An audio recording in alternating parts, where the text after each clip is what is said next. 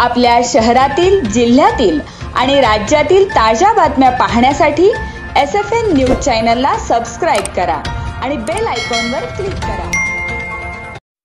महापुराचे पाणी दुष्काळी भागासाठी देण्याचा आराखडा शासनाने तात्काळ तयार करावा। आमदार शहाजी बापू पाटील। दुष्काळग्रस्त भागाला पाणी देण्यासाठी म्हैसाळ उपसा सिंचन योजनेचे आवर्तन सुरू। सांगोला तालुका प्रतिनिधी। पुराच्या वाहून जाणाऱ्या पाण्यातून दुष्काळग्रस्त सांगोला तालुक्यासह मंगळवेढा, जत, आटपाडी, कवठे महांकाळ, खानापूर तालुक्यातील तलाव भरून देण्यासाठी म्हैसाळ उपसा सिंचन योजनेचे आवर्तन सुरू करण्यात आले आहे।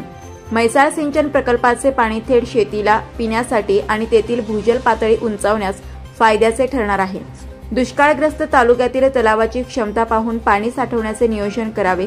महापुराच्या पाण्याचे नियोजन करून ते पाणी दुष्काळी भागासाठी देण्याचा आराखडा शासनाने तात्काळ तयार करण्यात यावा, अशी मागणी शिवसेनेचे आमदार शहाजी बापू पाटील यांनी मुख्यमंत्री एकनाथ शिंदे, जलसंपदा मंत्री तथा उपमुख्यमंत्री देवेंद्र फडणवीस, उपमुख्यमंत्री अजित पवार यांच्याकडे केली आहे।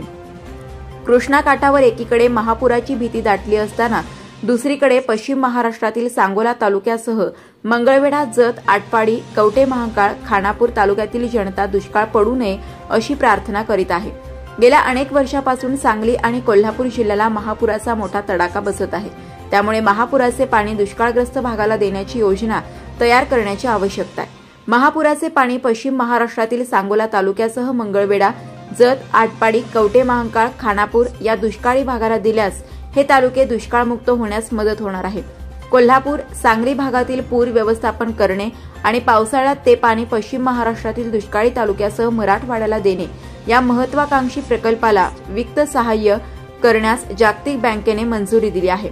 हा प्रकल्प पश्चिम महाराष्ट्र आणि मराठवाड्याला मोठा दिलासा देणारा ठरणार आहे। पुराचे पाणी धरण व्यवस्थापनातून थांबवण्यात येत नाही।